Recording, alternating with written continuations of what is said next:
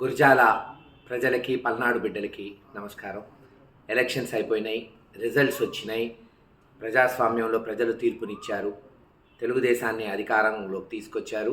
వైఎస్ఆర్సీపీని ప్రతిపక్షంలో కూర్చోబెట్టారు. దీన్ని అందరూ కూడా ఆమోదించాల్సిందే. ప్రజాస్వామ్యంలో ప్రజల తీర్పును మించింది లేదు. ఏది ఏమైనా కొత్తగా గెలిచిన తెలుగుదేశం నాయకులందరికీ కూడా శుభాకాంక్షలు తెలియజేస్తున్నాం. గత 5 సంవత్సరాలు చాలా ఆనందంగా గడిచింది. చాలా మంచి పనులు చేయగలిగాం జగన్మోహన్ రెడ్డి గారి నాయకత్వంలో. ముఖ్యంగా గురజాల నియోజకవర్గంలో నాకు ఒక ఎమ్మెల్యేగా అవకాశం ఇవ్వటమే కాదు, అనేక అభివృద్ధి శాశ్వత కార్యక్రమాలు దాచేపల్లి గురజాల మున్సిపాలిటీలు చేయటం, మెడికల్ కాలేజ్ తీసుకురావటం, అనేక వాటర్ స్కీమ్స్ శాంక్షన్ చేయించడం, బైపాస్ రోడ్డు పూర్తి చేయటం, రోడ్డు వెడల్పు చేయటం, పిడుగురాళ్లలో గురజాల దాచేపల్లి హైవే నిర్మించటం, దాదాపు 20-30 వేల మందికి సొంత ఇళ్ళు లేని వాళ్ళకి పట్టాలు ఇవ్వటం, ఇవన్నీ కూడా శాశ్వతంగా మిగిలిపోయే పనులు. ఇవన్నీ చేయగలిగినందుకు తృప్తిగా ఉంది. సరే, రాజకీయాలు అంటారా, గెలుపు ఓటములు సర్వసాధారణం. గతంలో జరిగింది, ఈరోజు జరుగుతుంది. గెలిచినప్పుడు వెర్రవేయటం, ఓడిపోయినప్పుడు కుంగిపోవటం ఈరోజు నేను నేర్చుకుంది కాదు. ఎప్పుడూ ఒకే రకంగా ఉండాలి, ఒకే రకంగా ప్రజలతో మమేకం అవ్వాలి. తప్పకుండా విశ్లేషించుకుంటాం.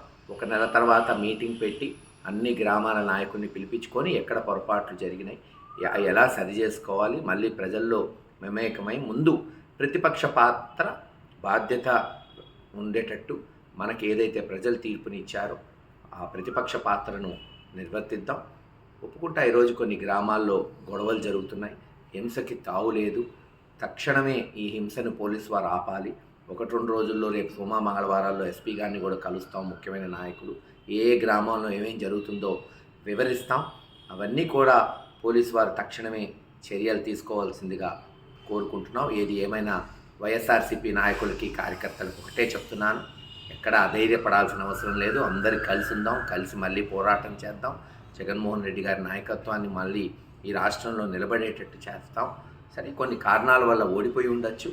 అవి ఏంటో తెలుసుకొని అటువంటి కారణాలను అధిగమించి మళ్ళీ అధికారంలోకి పార్టీని ఎలా తేవాలి, ప్రజలకు ఎలా సేవ చేయాలి కూడా మనం ప్రయత్నం చేద్దామని తెలియజేస్తాం.